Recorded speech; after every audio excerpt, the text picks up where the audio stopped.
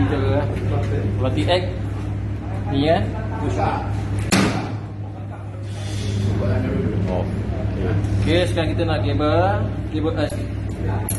Kabel S kita kena pusing ni dulu. Ini indikator yang merah ni. Sekarang ni dia tunjuk kat Swiss.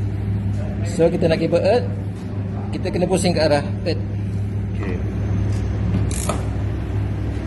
Tengok sebuah ni Satu kali dia ada stop jap, start. Satu kali lagi. Okey, bagi dia full. Okey. Tengok indikator dia, kamera ni ngala ke kabel S. So sekarang boleh kabel S.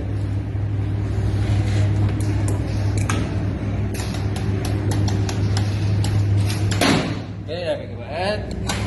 Selesai. Kalau nak check fuse ni, kat sini.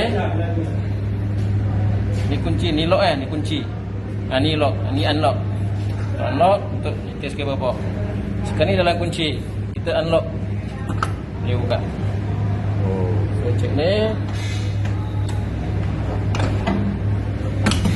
Ni untuk test je lah atas kabel ni. Transformer je Transformer punya. Ni sekali on apa? Nak test buat air test kabel dengan Transformer. Transformer sekali lah. Ya. Okay. Lucy. Nama Lucy tapi itu macam.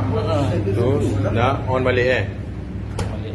Okey, dah table box dah lock. Okay, kita nak on balik. Release Kena release earth.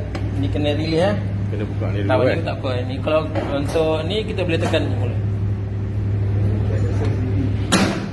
So dah Lepas tu okey. lepas tu kita nak off kan. Kita nak on kan On kan ni kena release tekan ni.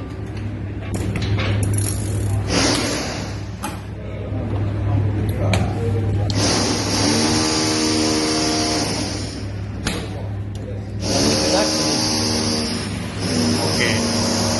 Sekarang kita boleh on. Nak on balik